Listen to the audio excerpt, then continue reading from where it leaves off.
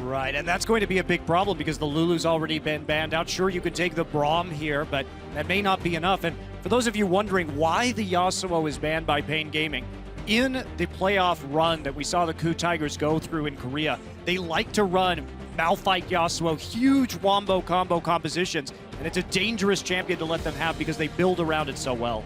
So these early picks for paiN Gaming, I'm not convinced. Again, I was expecting them to, they can still take Kalista later, obviously don't have to early lock it with Mordekaiser being there, but look at the picks KOO Tigers are getting. You now have a perma-pushing mid laner with a Nash's Tooth who says, oh, you have a dragon, by the way? Join my lane. We can take this tower. I'm already pushing it in for you.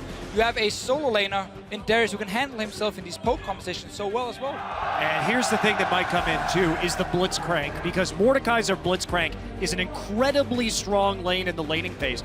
And the way you want to play around Mordekaiser compositions is just sit at the dragon early, set up a ring of wards, grab somebody, kill them immediately, take the dragon, then siege with that Azir.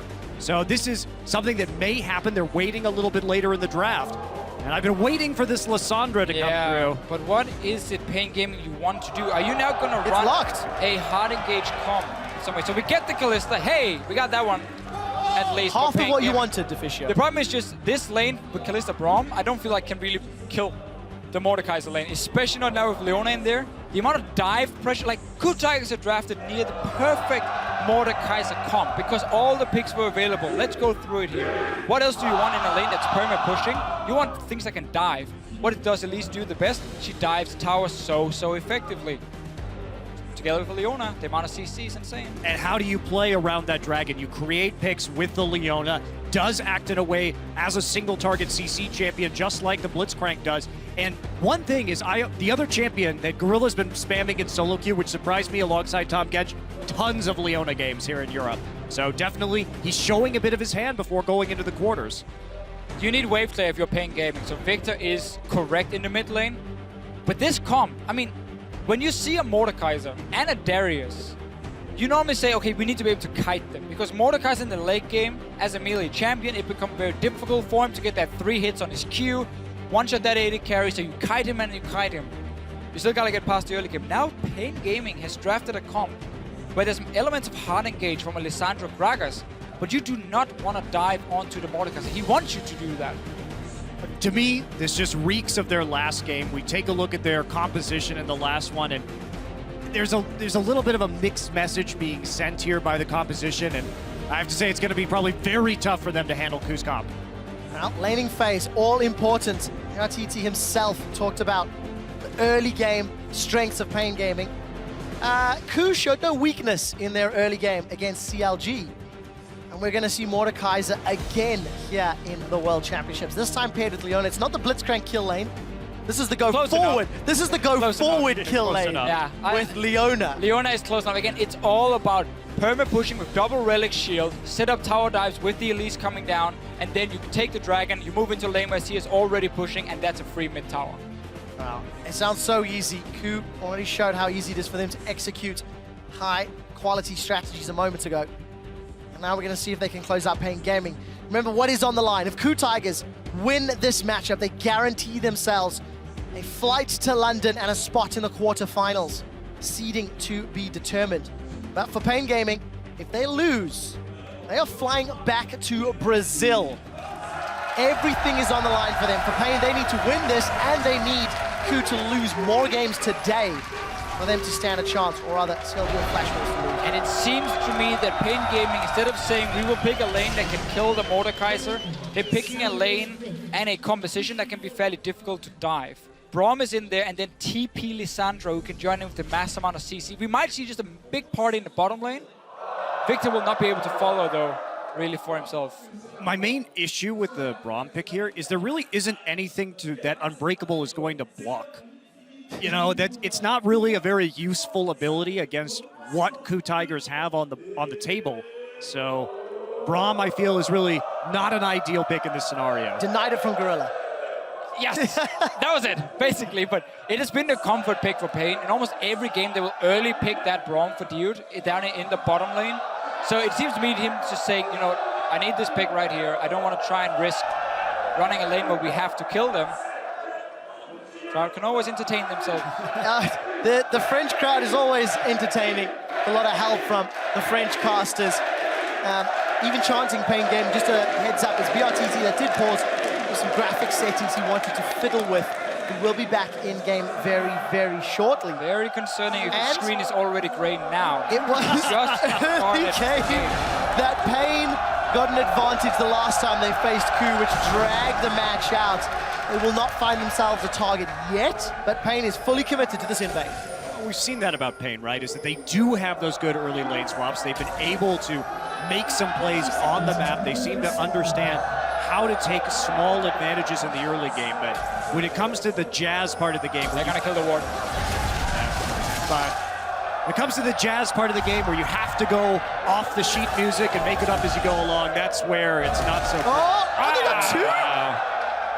Actually, I don't think I've ever seen 2 wards killed in that shorter space of time. Smart little adaptation. So we had the record shortest game, the record longest game, and now the record number of ward kills before 90 seconds. Beautiful. Record number of wards by 2 players. Put it there. Nice. I'm pretty sure that that's an accurate statistic. Well, denies the information, so paiN Gaming now either have to guesstimate. I mean, it's very clear what KOO Tigers is like. Guys, let's get standard lanes and let's just push it into the tower. So it's very smart. They're sitting there waiting, denying it. So now paiN Gaming has to make the guess, and it will be standard lane. So Darius also gets his lane up top. Obviously not ideal. Lissandra is a very good matchup into these melee champions. But we're gonna have to see Mylon make plays on the bottom side of the map. The French crowd is still going, just for the record. Wave is never ending. Braum is picked up there by Dioud and brTT. The Krugs were started by Prey and Gorilla. That was a mistake. Dioud got the last hit on the Braum. Not giving that XP to brTT. Just taking a look at the summoner spells. Cleanse for Kami in the mid lane. Flash Exhaust for Prey's Mordekaiser. Kami taking a lot of trades from those Sand Soldiers. And on bottom lane, brTT used his sprint. One tick too early. They will still get a good trade on the Gorilla with the level 2 support, but the problem is now the brTT obviously is going to be slightly behind in experience, especially because Mordekaiser is this weird passive where he just gets full experience in a 2v2 lane. Kind of unfair. Very unfair, in fact. I wouldn't call it weird. I would say imbalanced would be the word I would use for it. But there you go. Permanent ban, except for right now, we're seeing it in this game. Let's see what Prey can do with it. Mordekaiser a couple of wins under his belt. Kami is continually being chunked down. Kuro showing he can play Azir, and it is a very real threat. This matchup has shifted a little bit after some of their early game nerfs that came in to Viktor especially. So it's a little bit easier for the Azir to trade with him in the start, keep shoving in the wave, and then Viktor has to get that upgrade, start instant wave thing back. But a big dragon is going to appear, and he does not care about Viktor's laser. Well, last time our HTK ran it, Deficio, you didn't shut up about that dragon. Because we may have to rein it back in. We may have to rein you back in. To be fair, H2K did not use the Mordekaiser that effectively. No, they didn't, because that was one of the big things. With the Mordekaiser Dragon, you don't want to be attacking the turret.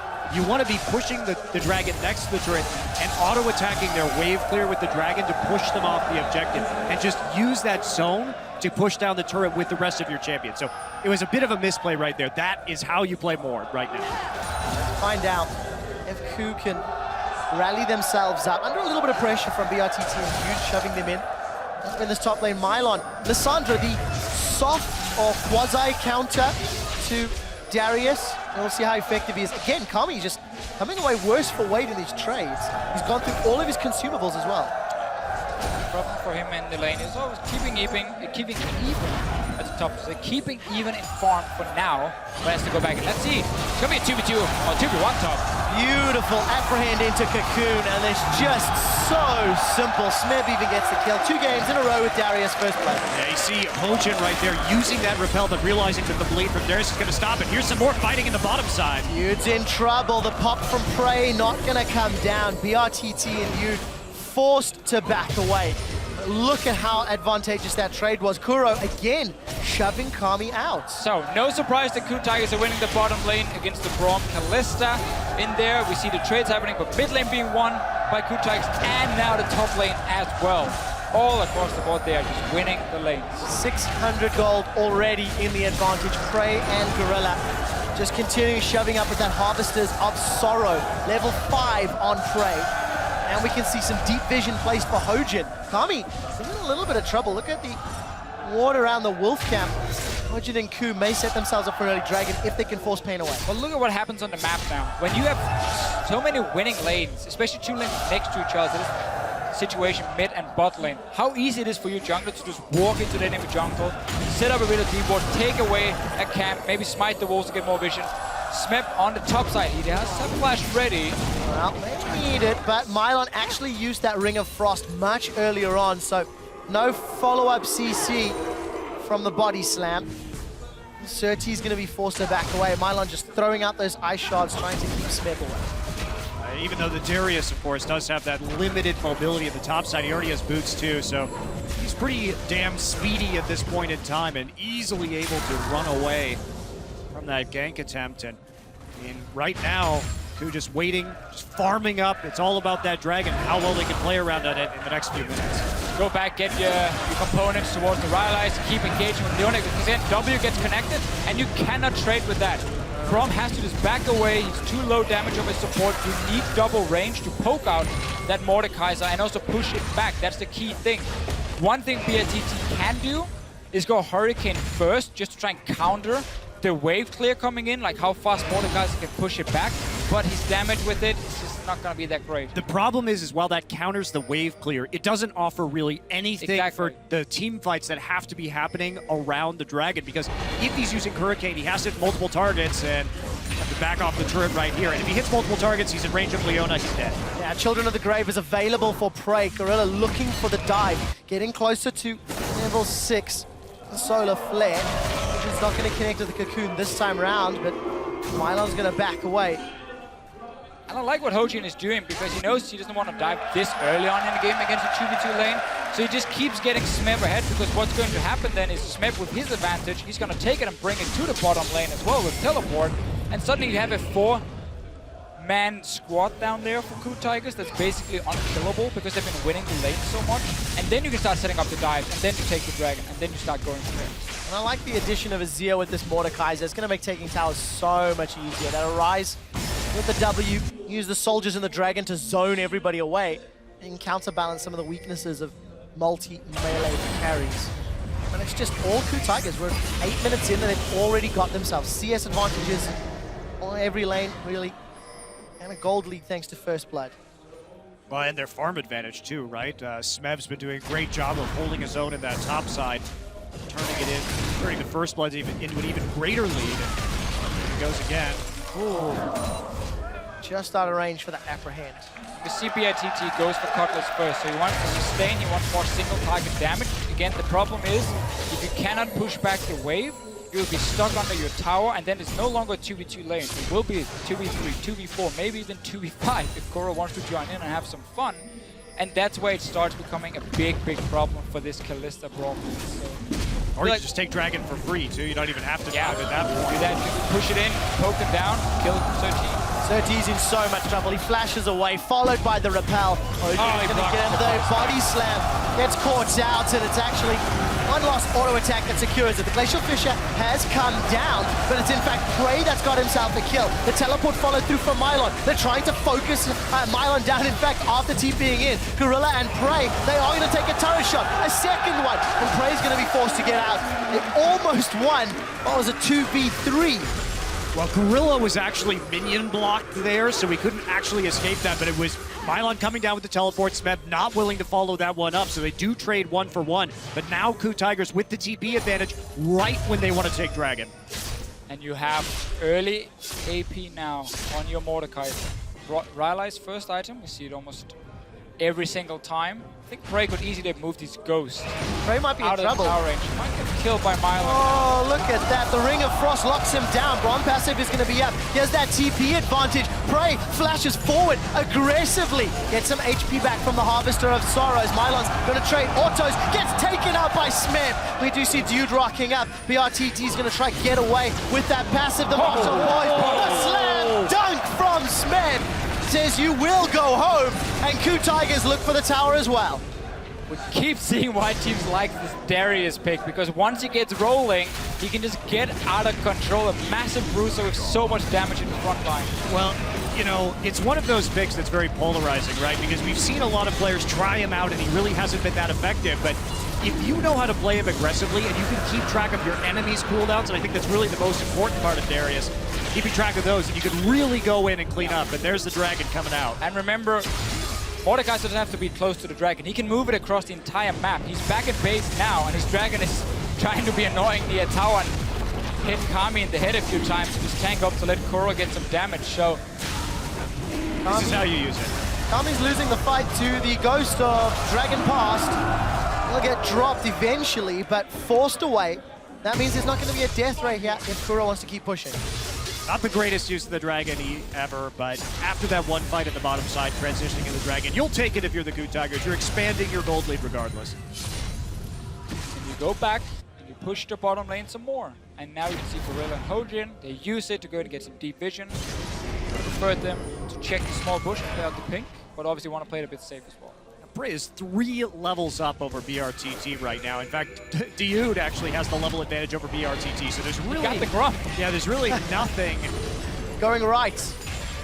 There's not really much he can do against Bray and Gorilla, because if he tries to walk in that lane with no summoners, he's just going to get killed by the Ignite. Now, this is impressive from KOO Tigers. 11 minutes in, they've got themselves another substantial gold lead.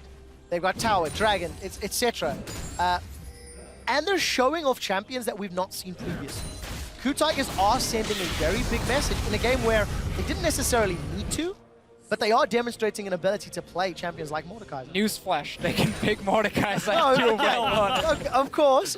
But let's remember that paiN Gaming wanted them to pick the Mordekaiser. They banned Yasuo as the last one. Kuro taking a lot of damage though. It is indeed. The Battlefield gets the stun, but the Chaos Storm's already worn out. And Kuro's going to be able to get away. Kami just did not have the AP for that to work. But again, paiN Gaming said to KOO Tigers, we want you to pick Mordekaiser. We could ban it as the last one because Lulu got banned by KOO Tigers. It could then just be standard. All 3 top tier picks are gone. This strategy against it though, I just do not agree with. Picking a bottom lane that's not going to win against the Mordekaiser 2v2. Obviously the plan was to use Lissandra to just camp the bottom lane with TPs over and over and over. But you also gave away Elise. You took the Gragas yourself. Gave away Elise, so there's a stronger early jungle on the side of KOO Tigers, where their composition shines in the early game. So paiN Gaming is giving away too many good picks for KOO Tigers. SirT's down. Caught by a cocoon, and it's just coming apart at the seams. Well, there was a pink ward in the river, so they know it was absolutely free to walk up into that blue buff. They had the timer on it. Now they're really going to be putting the pressure on. Smeb has already pushed out the top lane, so he can just sit here and auto the turret right in mid. That's going to be the mid turret going down in the first tower of the game. And this really just opens up absolutely everything for KOO. Exceptional play for the KOO Tigers. Their decision making, pressure on the map. Smeb 40 CS up, 60 CS for Prey over brTT. This early pick Braum, as Deficio has highlighted many times, simply just not paying off. And for paiN, the only option is now wave clear from SirT and Kami to stall this out. But I feel like Darius and Mordekaiser are just so far ahead, it's highly unlikely. Double the CS for the Mordekaiser. And Dragon should be up in about 3 minutes of time. He's obviously looking to secure that one. And in a group that a lot of people call the weakest group at the World Championship here, Group A, we're still seeing a KOO Tigers team who are showing that early game for them, they can make great plays. CLG, 2 games in a row, they were so dominating from the start, outplaying mechanically CLG.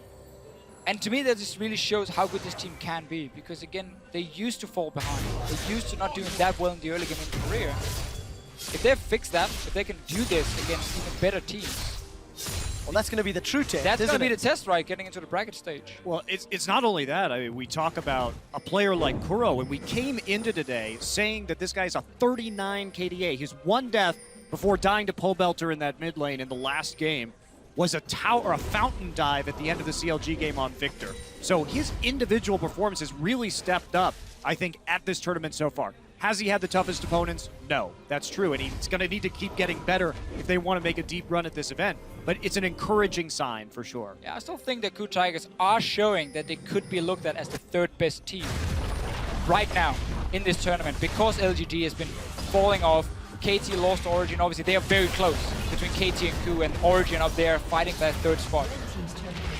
I wouldn't count EDG Bold, yet. bold claim. EDG is the second, don't worry. Just two. SKT1, Alright, EDG 2. We're talking only the third spot. Only the third spot. Only the third spot. Well, we'll see more games from each of the respective teams. But yeah, all outer towers have dropped. Dragons up in now 1 minute.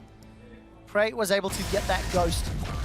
Trying to shove Kami away from that mid lane. But look, bottom lane shoved up. There is a plethora of wards in paiN Gaming's everywhere. And KOO can just make all of the informed decisions. I mean, Smeb is solo pushing top lane with 0 resistance. Yep, proxy farming as well. He's getting behind that turret. He's going to get some more gold right before this comes up. Just has a chance to deny some CS and recall very freely. And Hojin just delaying paiN. And you can see they're already have a ring around the dragon. They're trying to deny any kind of vision from paiN going in there. And Smeb just keeps pushing. Gonna get to that inner turret, get some damage on it. And KOO, they're not gonna waste time. Prey's 3 levels above brTT. It's been that way this whole game. Gorilla's a level above brTT. Doing it with Mordekaiser. Here we go. Dragon up in 1. Smeb just sorting him out in the enemy jungle. And 2-man drag. Hojin and Prey going in for that objective. So KOO set a record for the second highest gold lead at 20 minutes against Counter Logic Gaming earlier today at around 11,000 gold. Presently have just shy of 8,000 gold in the lead. Let's see how many towers can fall if they can get close to that, with Dragon sieging power and Smeb keeping Mylon busy in the top lane. Let's see what paiN can do. They're going to be relying so heavily on Kami again. Not even going to challenge it, in fact. No, because paiN Gaming knows they can just get killed right here. If they move too close, Leona ultis and the engage is on. Pretty much have to give it up right now, only taking about 50% of the Ghost Dragon's HP. And Smeb just been pushing up. He's prepped that wave perfectly for a smooth movement up into the top side of the map and another easy tower. Apprehend the brush. Just in case, you never know. You can't take brushes to jail, though. Well, Smeb wants to try. You see that dragon getting some damage onto the top inner turret. SirT, he's decided to engage onto Kuro. Kuro's killed by brTT. The solar flare comes down and Mylon goes, he throws down the ulti. Glacial Prison, I forgot the name. Manages to survive, gets the heal, and paiN Gaming survive, getting 2 kills. All right, KOO Tigers getting a little bit confident, staying very close. A great engage from SirT to start the fight. And remember, this may have been a 7,000 gold gap, but KOO has not gone back in a long time, so it was actually much closer in terms of items than we could have seen otherwise. Take a look at this fight again. Kuro getting a little bit greedy in the side here. He walks way too far forward. Great flash engagement, SirT. Then fight is on. Good bait for Mylon as well with the ulti, just in time before he gets stunned. And Gorilla caught under the turret as well. So 2 very important kills for paiN Gaming. They need to keep doing this, so they need to rely on KOO Tigers to keep being over-aggressive. And you can see where the risk in running Mordekaiser then lies. Taking towers, even with a substantial gold lead. Yes, it hadn't been spent necessarily, but very challenging without that ranged auto-attack champion to take down the tower. Obviously it becomes harder for Mordekaiser when it comes to these towers, because Dragon, once your team gets more damage, they can take down that Dragon. The same difficulties are not there as in the mid game, but you already got a big enough gold lead. I mean, you've gotten everything you wanted from this Mordekaiser pick already, just by taking that mid tower and winning the bottom lane so hard. Luden's Echo, second item on Mord. That Mace of Spades is going to hit real hard with all the additional burst and AP. I'm a bit surprised by that. I thought we'd be seeing, of course, the twin ghosts. It does make hunting down people significantly easier on Mordekaiser, but he's gone for the big power spike, the big burst damage item instead. I mean, if he can make it work, why not? It should be good. Well, 202, he's got double the CS of his opposite number. And we see Mylon's in trouble. He throws down, won't even get to throw down the Frozen Tomb, which is the correct name of the ultimate. SirT, explosive cast goes out, but he's cocooned, and it's a double dunk for Smeb and a red buff for KOO. Smeb has been such a monster on this Darius. I mean, it's absolutely ridiculous what he's been able to accomplish both in and out of lane on this champion. No one's been able to kite him effectively. Just has no fear about going in to these team fights and just very patiently waiting for when he knows he can make the play. Those damage percentages that we talked about earlier, Smeb was the #1 damage share rank for his team. That's going to continue to stay the trend after today's 2 games. He's the highest damage percentage top laner in this tournament so far overall. by like 3% too, so it's quite a bit. Wow, last effort for paiN. If Baron is secured, it's going to be so difficult to wave clear at this stage. brTT is way out of position. He will at least interrupt the Baron, so that is the only positive to draw from this play. Mylon expended his teleport as well. KOO didn't want to risk a smite shield for SirT and said, you know what, we are so far in, we technically don't even need that Baron right now. We can wait for next dragon. But getting it and then splitting up in 3 lanes and just start pushing into the base is going to be the way for KOO Tigers to just close out this game as fast as possible for them. Especially when we have a split pusher who's already 6-0-0 like this Darius is. He has a Spirit Visage complete. He doesn't really have to worry about Mylon dealing too much damage to him. And with brTT so far behind and on the Blade of the Ruined King first, basically he's going to go untouched in these team fights, continue to heal himself with the Spirit Visage passive. Should be easy. Not sure this ping ward can reach all the way in the back. It's honestly a very bad ping ward being placed here because he doesn't see outside the pit around the corner and he doesn't see the back of the pit either. So it's technically the worst place you can put it, but Smeb is here to zone them away. It's a double bait. They want the fight. KOO are going to lock down SirT. The solar flare comes out and SirT is killed. Baron secured by KOO Tigers as it is a complete rout. The ghost of brTT will chase his own teammate down and KOO Tigers get 4 kills and a Baron. I think that ward was intentional, Deficio. No one can kill. It worked. No one can kill Smeb in these fights. He just went out solo in the back of the pit right there to zone off the enemy team. Ends up with a triple kill due to the fact that he has these Merc Treads and the Spirit Visage. He's even taken, I mean, he's just lowering the cooldown on his Flash and TP right now with his enchant. So very confident about going into these fights. Why not? I mean, your team have won every single lane in this game here. You got, in my opinion, probably the perfect draft with Mordekaiser as well. Dives, strong top laner, good early jungler, wave clearing mid laner. I mean, everything was there for KOO Tigers. And paiN Gaming, they gave this comp. They could have taken away picks. They could have banned the Mordekaiser. No, Yasuo banned, more important. Got rid of Yasuo and Ashe Ashe, I can agree on. instead of Mordekaiser. Got a question. What difference would it have made if Prey was on Ashe landing the crystal arrows instead of the dragon ghosts? So, Deficio and I were watching some of these VODs last night. Prey's use of Hawkshot is nuts. Like, it's almost perfect in the way that he played the early game against CLG. KOO always knew where everyone was on the map. Xmithie was always being seen. His jungle pathing was very well known by the KOO Tigers. So we can look at his impressive arrows. You can say, wow, Prey was hitting all those arrows from the top lane, but what's even more impressive is there is almost no way to surprise them when they're playing that Ashe. And I think that went a little bit overlooked. Yeah, probably could talk about that Hawk shot for about 2 hours, I think, at least, because he's so spot on with it. So is this dragon call into the base of paiN Gaming. So middle inhibitor turret was dropped a minute ago. Inhibitor on the bottom lane is down. Inhibitor in the middle lane will follow shortly. The Baron is sitting with KOO Tigers. They have Baron-empowered minions as well. paiN did have a solitary tower kill.